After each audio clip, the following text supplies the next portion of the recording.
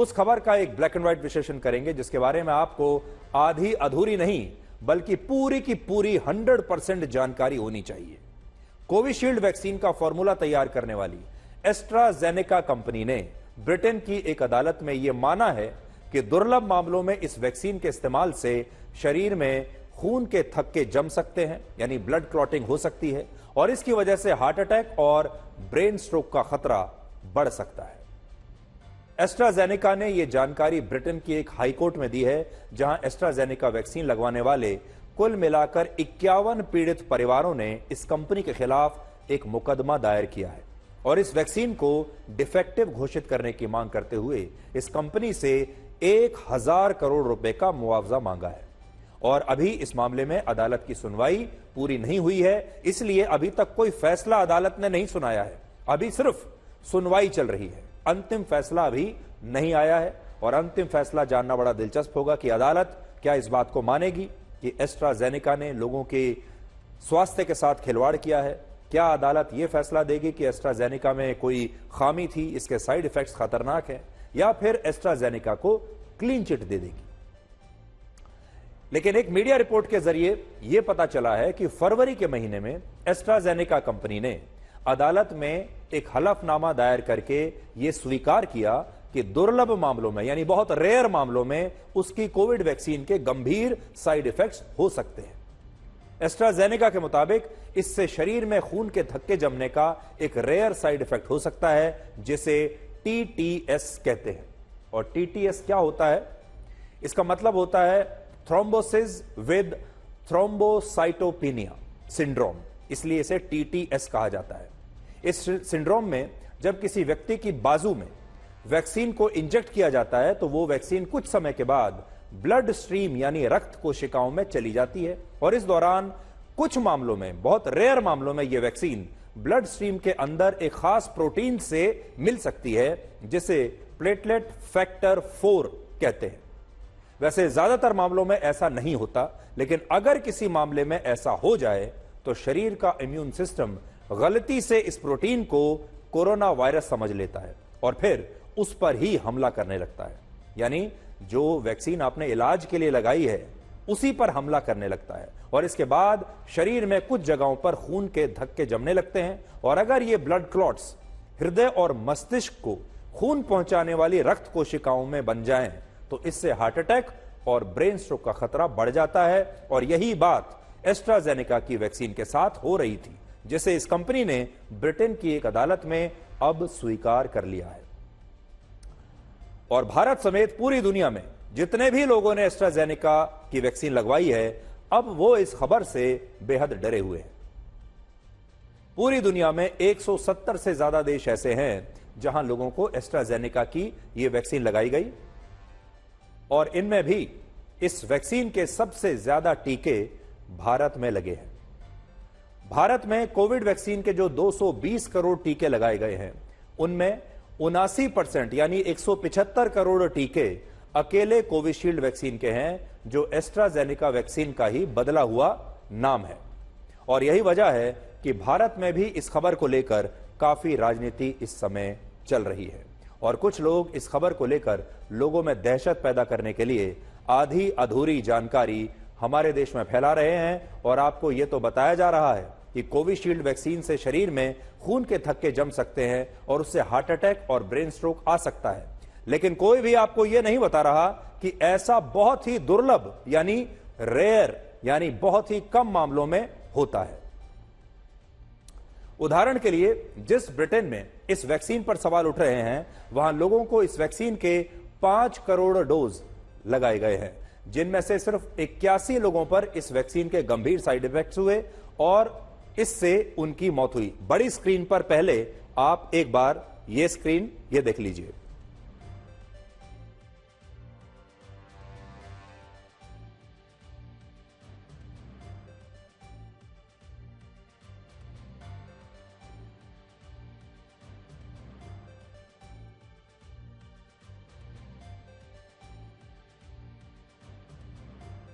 यानी 0.0002% लोगों को इस वैक्सीन के रेयर साइड इफेक्ट से उनकी मौत हुई है।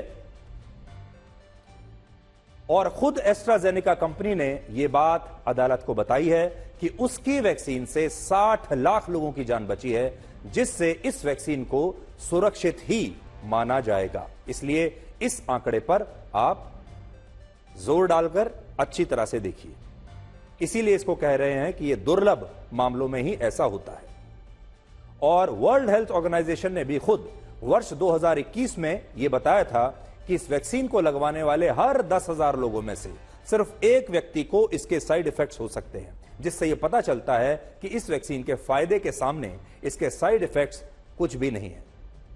लेकिन इसके बावजूद हमारे देश में इस खबर को लेकर बहुत भ्रम पैदा करने की कोशिश की जा रही है, क्योंकि हमारे देश में भी बड़ी संख्या में लोगों ने कोविशील्ड को लगवाया है और लोगों से कहा जा रहा है कि भारत सरकार ने करोड़ों लोगों को कोविशील्ड वैक्सीन लगवाकर उनकी जान से खिलवाड़ किया है। अब विपक्षी पार्टियां, विपक्षी दल, क्योंकि आजकल चुनाव का माहौल है, चुनाव का मौसम है, तो उनको लगा कि इसे भी एक चुनावी मुद्दा बनाया जाए और इस पर सरकार को घेरा जाए। अब हमारा दूसरा विश्लेषण होगा हमारे देश की 69 करोड़ महिलाओं के लिए। इसलिए यह विश्लेषण हमारे देश की महिलाओं को समर्पित है और आज का यह विश्लेषण अगले कुछ मिनट किसी भी महिला को आज तक से हिलना नहीं चाहिए। यह विश्लेषण आपके लिए है, क्योंकि यह विश्लेषण प्रज्वल रेवन्ना के बारे में है। नाम ध्यान से सुन लीजिए, प्रज्वल रेवन्ना, जो कर्नाटक से जेडीएस का सांसद है और इस बार भी उसने लोकसभा का चुनाव लड़ा है और अगर उसे अच्छे वोट मिल गए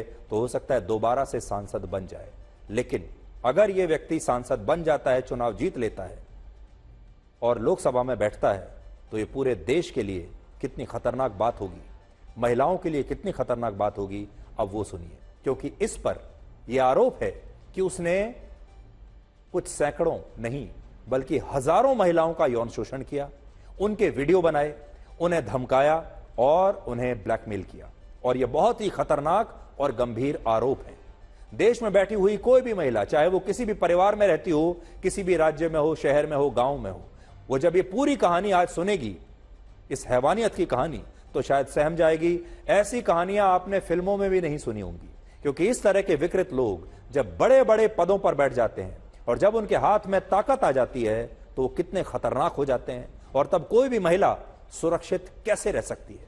और इसीलिए आज हम इस व्यक्ति की पूरी कहानी आपको बताना चाहते हैं। हो सकता है अखबारों में अभी आपने थोड़ा थोड़ा इसके बारे में पढ़ा होगा, लेकिन आज पूरी कहानी आपके सामने है और इस कहानी को हम इसलिए भी आपको बता रहे हैं ताकि आप भविष्य के लिए भी सावधान रहें। सबसे पहले आपको यह बताते हैं कि जिस प्रज्वल रेवन्ना पर हजारों महिलाओं का बलात्कार और उनका यौन शोषण करने का आरोप है, फिर उनके वीडियो बनाने का आरोप है, वो प्रज्वल रेवन्ना एक पूर्व प्रधानमंत्री के पोते, एक पूर्व मुख्यमंत्री के भतीजे और एक मौजूदा विधायक के बेटे हैं। और सोचिए, जब भारत के एक पूर्व प्रधानमंत्री के पोते पर हजारों महिलाओं के यौन शोषण का आरोप लग रहा है तो यह कितनी गंभीर बात है, यह कितनी बड़ी बात है। यह आप अंदाजा लगाइए इस बात का कि 33 वर्ष के प्रज्वल रेवन्ना पूर्व प्रधानमंत्री एच.डी. देवेगौड़ा के बड़े बेटे एच.डी. रेवन्ना के पुत्र हैं, जो पहली बार वर्ष 2019 में हासन लोकसभा सीट से सांसद बने थे और उन्होंने मैकेनिकल इंजीनियरिंग की पढ़ाई की है और वर्ष 2014 से पहले वो ऑस्ट्रेलिया में रहते थे। बड़ी बात यह है कि एक पूर्व प्रधानमंत्री का पोता ऐसी घिनौनी हरकत कर रहा है। इतने संभ्रांत परिवार से होने के बावजूद प्रज्वल रेवन्ना पर आरोप है कि उन्होंने सैकड़ों महिलाओं का बलात्कार किया, उनके अश्लील वीडियो बनाकर उन्हें ब्लैकमेल किया और वो ये सब कुछ पिछले कई वर्षों से कर रहे थे। इसका मतलब क्या है? अगर आप किसी बहुत बड़े खानदान में पैदा हुए हैं, अगर आपने विदेशों में पढ़ाई की है, तो भी जरूरी नहीं कि आपके संस्कार अच्छे होंगे, तो भी जरूरी नहीं कि आप कोई हैवानियत नहीं करेंगे।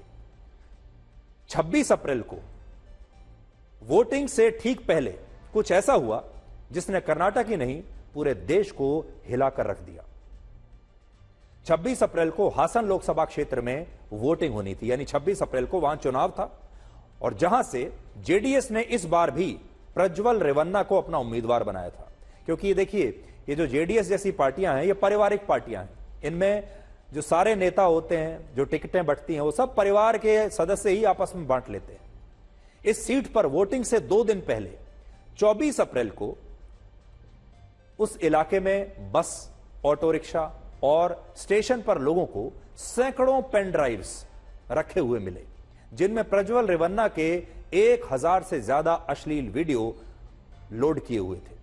तो सोचिए कि 26 तारीख को चुनाव है, 24 तारीख को बसों के अंदर लोगों को पेन ड्राइव्स रखे हुए मिले, रेलवे स्टेशन पर लोग बैठे हुए हैं, अचानक से वहां पेन ड्राइव्स पड़े हुए हैं, ऑटो रिक्शाज में पेन ड्राइव्स पड़े हुए हैं, लोगों ने उठा लिए क्योंकि पेन ड्राइव मुफ्त में मिल रहे हैं, लोगों ने ले लिए। जब पेन ड्राइव में देखा कि क्या है तो पता चला कि वो सारे इस व्यक्ति के और उन महिलाओं के वीडियोस थे।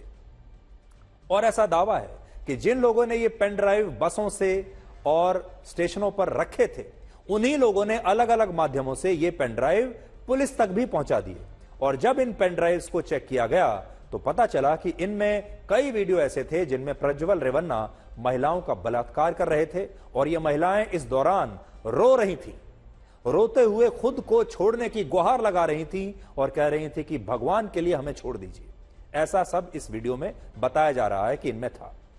आरोप है कि इनमें से ज्यादातर अश्लील वीडियो प्रज्वल रेवन्ना ने खुद अपने मोबाइल फोन या कमरे में लगे किसी हिडन कैमरे से रिकॉर्ड किए थे, जबकि कुछ वीडियोस पीड़ित महिलाओं ने ही चोरी छिपे खुद से रिकॉर्ड किए थे। और 24 अप्रैल को सैकड़ों पेन ड्राइव्स एक साथ, इन पेन ड्राइव्स के जरिए ये सारे अश्लील वीडियोस देश के सामने आ गए और प्रज्वल रेवन्ना को लेकर इतना बड़ा खुलासा हो गया।